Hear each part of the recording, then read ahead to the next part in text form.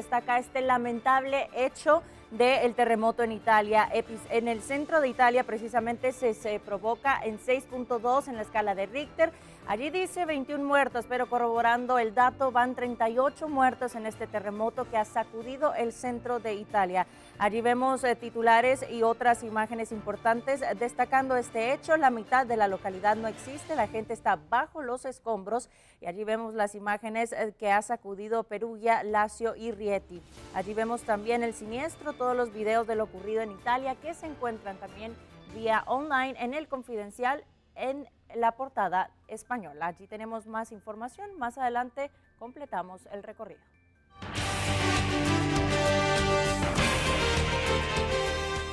Empezamos ya con el repaso informativo. Herbert Melgar Padilla fue juramentado como nuevo diputado. Esto fue por la bancada de FCN Nación. En este acto, muchos diputados optaron por salirse del hemiciclo. No estaban de acuerdo, obviamente, con que esta persona asumiera en este bloque político. Bueno, y tenemos que mencionar que la toma de posesión se da en medio de una polémica sobre la supuesta participación en una estructura paralela de espionaje de las ARAS. Hay que tomar en cuenta algunos datos importantes en relación, a lo que hay de alrededor de este personaje que ya es parte entonces del bloque oficialista.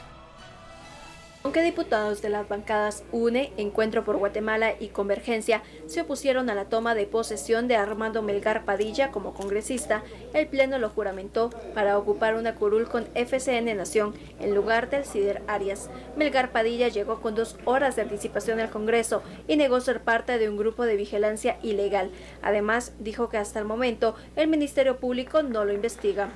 Desconozco esa acusación que hacen los, no sé, porque no está en el Ministerio Público, en la Procuraduría de Derechos Humanos, en ningún juzgado hay ninguna denuncia a mi nombre. Yo en toda mi vida no he tenido inmunidad ni nada, ni antejuicio y en cualquier momento estoy dispuesto a enfrentar la justicia. El nuevo diputado se encargó de la seguridad de Jimmy Morales durante la campaña y en este año fungió como asesor del gobernante de manera informal y aunque no era funcionario público, asistió a las reuniones de gabinete en donde se supone participan los miembros del gobierno. No, hay gabinetes ampliados donde entran secretarios, entran...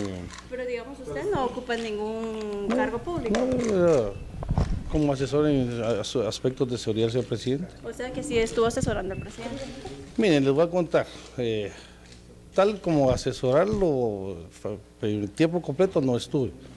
Yo tuve algunas, en toda la campaña fui su coordinador de seguridad de ambos del binomio.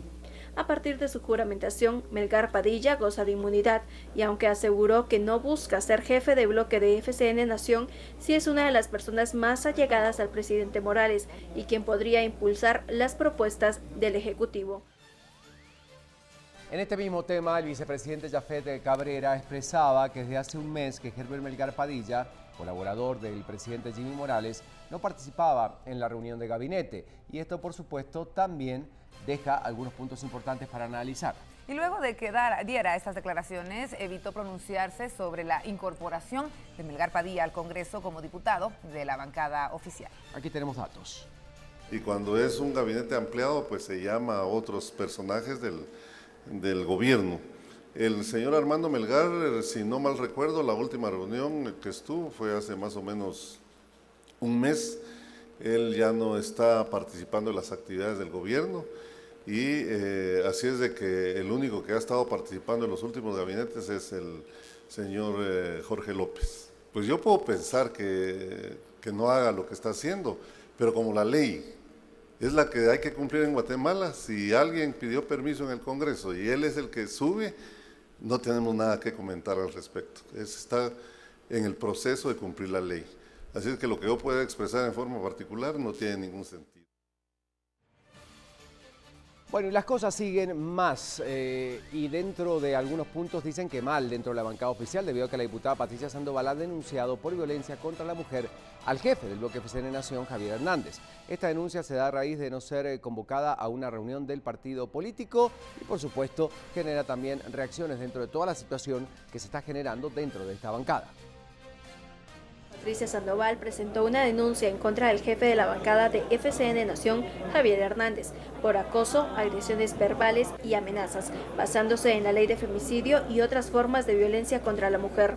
Según la denuncia, Sandoval se sintió triste, marginada, despreciada y discriminada porque Hernández no permitió su ingreso a una reunión en Casa Presidencial. La congresista asegura que su denuncia no es incoherente con la iniciativa de ley que presentó semanas atrás, en el que se supone buscaba reformar la ley de femicidio para evitar que se abusara de la normativa. Yo creo que va a haber un momento oportuno en donde voy a poder emitir un criterio que vaya a poder, que no vaya a entorpecer un procedimiento que ya se inició. Con mayor razón ahora voy a trabajar en mi ley, porque todo el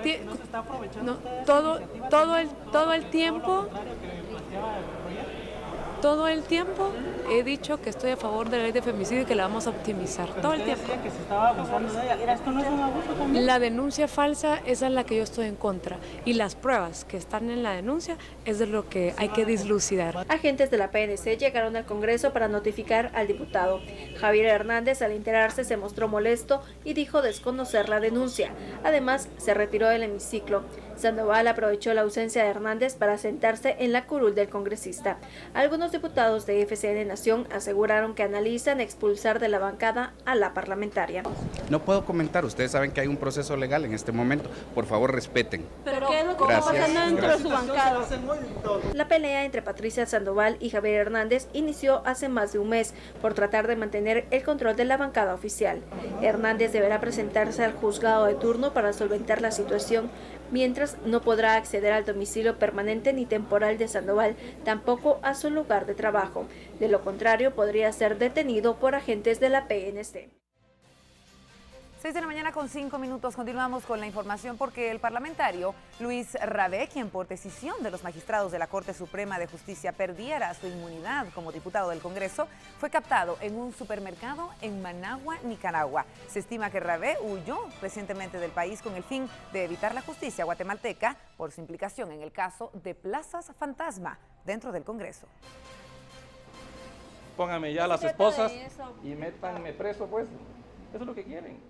Luis Rabé, el expresidente del Congreso, quien perdió la semana pasada su inmunidad como diputado, fue visto en un supermercado de la capital nicaragüense. Rabé fue captado en el centro comercial La Colonia, en la carretera a Masaya, uno de los sectores exclusivos de Managua. El diputado está acusado por el Ministerio Público y la CICIG de autorizar 148 plazas a diputados de la Junta Directiva, bajo dos modalidades, irregulares y fantasmas. También está señalado por abuso de autoridad y peculado por sustracción. Los testigos afirmaron que el diputado, quien no ha sido declarado prófugo, compraba bombillas y al darse cuenta que era fotografiado, salió de la tienda sin hacer ninguna compra. El pasado miércoles, el diputado y expresidente del Congreso, Luis Rabé, perdió su inmunidad por decisión unánime de la Corte Suprema de Justicia. Luego que le retiraran la inmunidad, el juez décimo penal Walter Villatoro otorgó una medida precautoria en favor del Ministerio Público y dictaminó arraigo en su contra. El juez autorizó el arraigo bajo el argumento que si está fuera del país, podría estar en rebeldía. Elementos del Ministerio Público y de la Policía Nacional Civil desmantelaron una estructura criminal que estaba dedicada al secuestro de migrantes.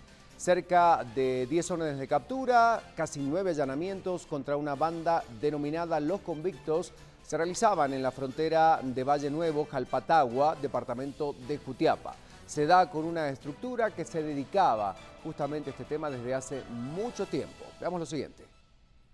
Esta banda criminal se encargaba de secuestrar principalmente niños y adultos que cruzaban el río La Paz rumbo a los Estados Unidos. Después de atraparlos, los trasladaban a los cerros de los alrededores donde los mantenían cautivos a la intemperie, mientras negociaban con los familiares a cambio de no matarlos. Según las autoridades, los capturados podrían ser responsables del plagio de 2 menores salvadoreñas que fueron rescatadas en julio del 2015 en Zacapa y donde fueron arrestados Luger Francisco Rodríguez y Edwin Osmildo Arana. Luego de las investigaciones se determinó que estos 2 reos son los líderes de la banda y que operaban desde los centros penitenciarios, exigiendo por la liberación de sus víctimas alrededor de $600 y un depósito anticipado de $110. La estructura de la banda se manejaba con 2 jefes, un operativo negociador, un interceptor, un colaborador y 4 ayudantes, entre las edades de 21 a 29 años. Los capturados también son investigados por otros hechos como robos, extorsiones, sicariato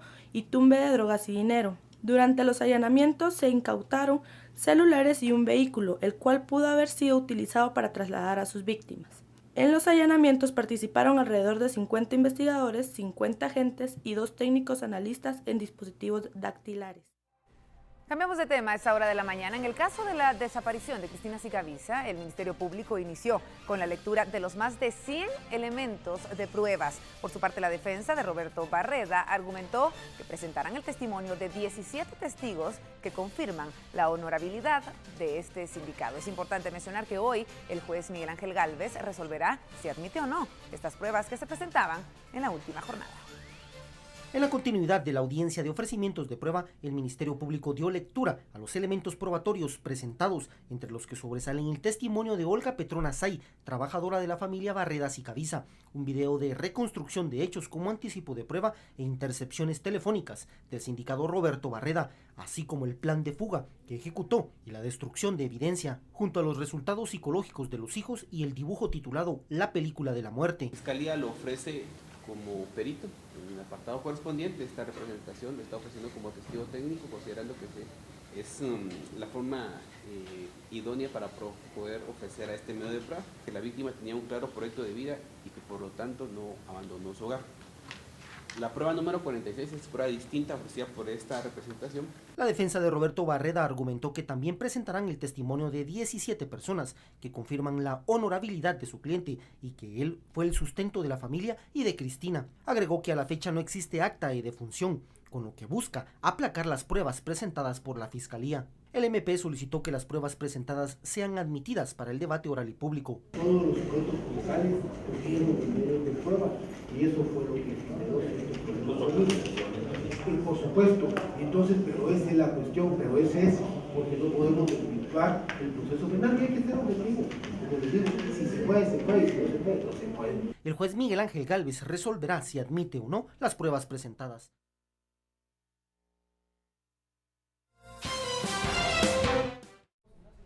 Nos vamos rápidamente a las calles. Tenemos un enlace con Alberto Cardona, que ya está listo para darnos información. Buenos días, Alberto. Tenemos datos importantes.